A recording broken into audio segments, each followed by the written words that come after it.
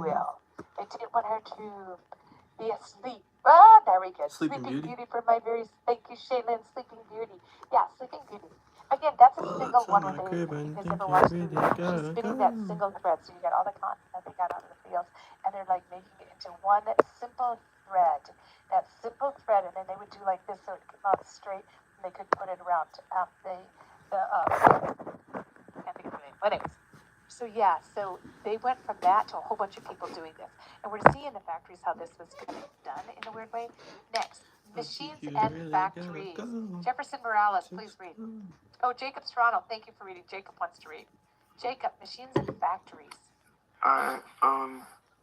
Machines and factories in the 1760s. The spinning jenny speeded up the thread-making process. Then jenny allowed a person to spin many hands at once. However, thread still had to be made by hand. Then in 1764, Richard Arkwright invented the water frame, a spinning machine powered by running water rather than human energy. To house the large machines, manufacturers built textile mills on banks of rivers.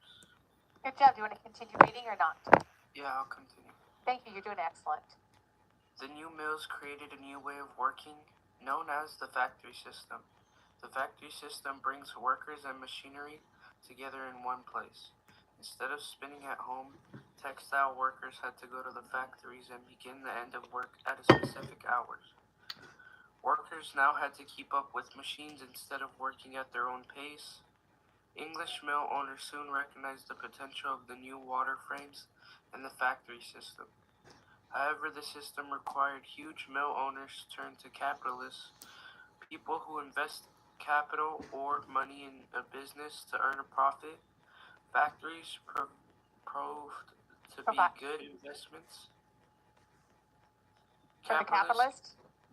Yeah, for the capitalists and mill owners, by 1784, English workers were producing 24 times as much thread as they had in 1765.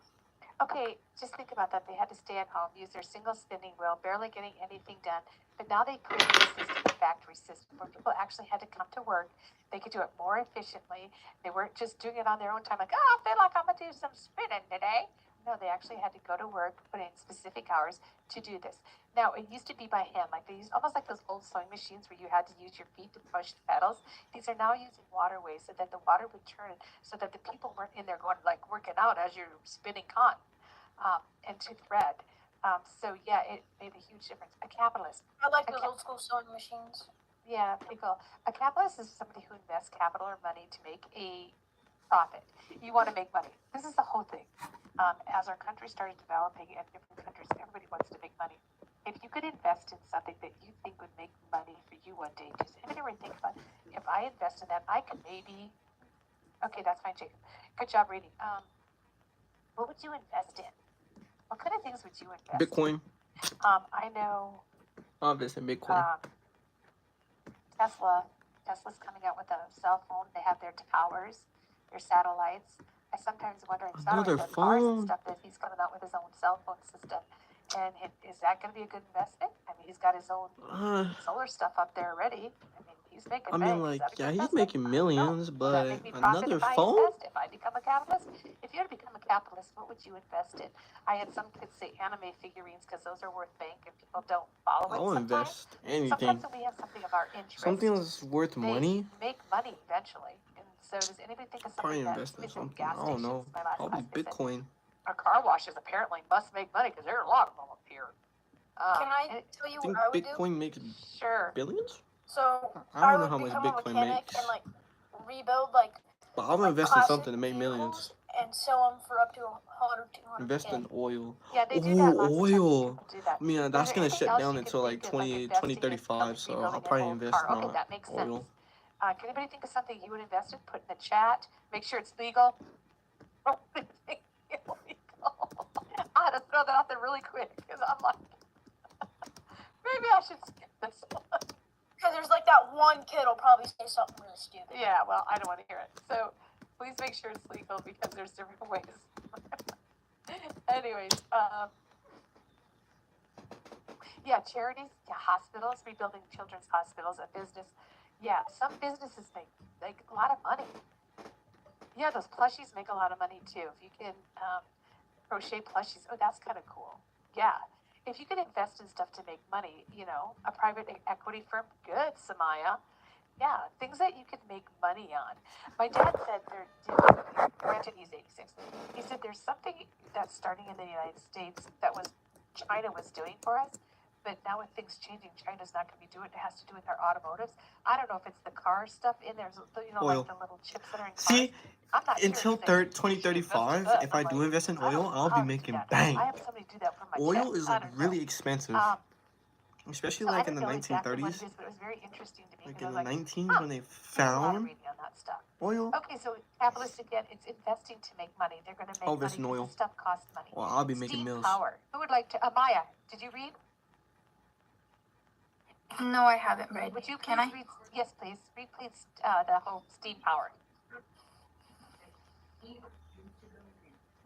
Building factories on riverbanks had some disadvantages. In a dry season, the machines had no power. Also, most factories were far from cities and labor was hard to find in rural areas. In 1790, Arkwright built the first steam-powered textile plant. The steam engine was a reliable source of power. Factories no longer had to be built on riverbanks. They could be built in cities where young women and children provided cheap labor. Britain tried to guard the secrets of its industrial success. It forbade anyone to take information about textile machinery out of Britain. Skilled workers were forbidden to leave the country. Okay, excellent reading. Very good. So I'm going to quick show you about our dear Arkwright and his building. It's really short, but I do want to point out that the rural area was so far away. He could not get laborers. He was building the stuff that could make more money for him and people. And this was done in England, Britain.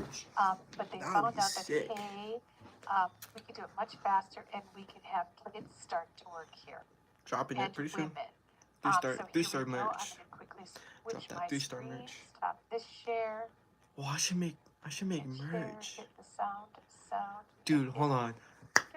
Well, I'm gonna cook spray ground. Let me move this on. 3-star merch. I'll hook up with the spray ground.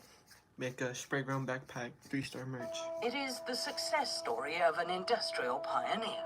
From barber and... Okay, listen to what he was. He was a barber and a wig maker. Stu I was do a got spray barber and then grounds. a wig maker. They're like Thank you for the kids who have your cameras on where you're supposed to be. Three spray grounds? wig maker to native millionaire.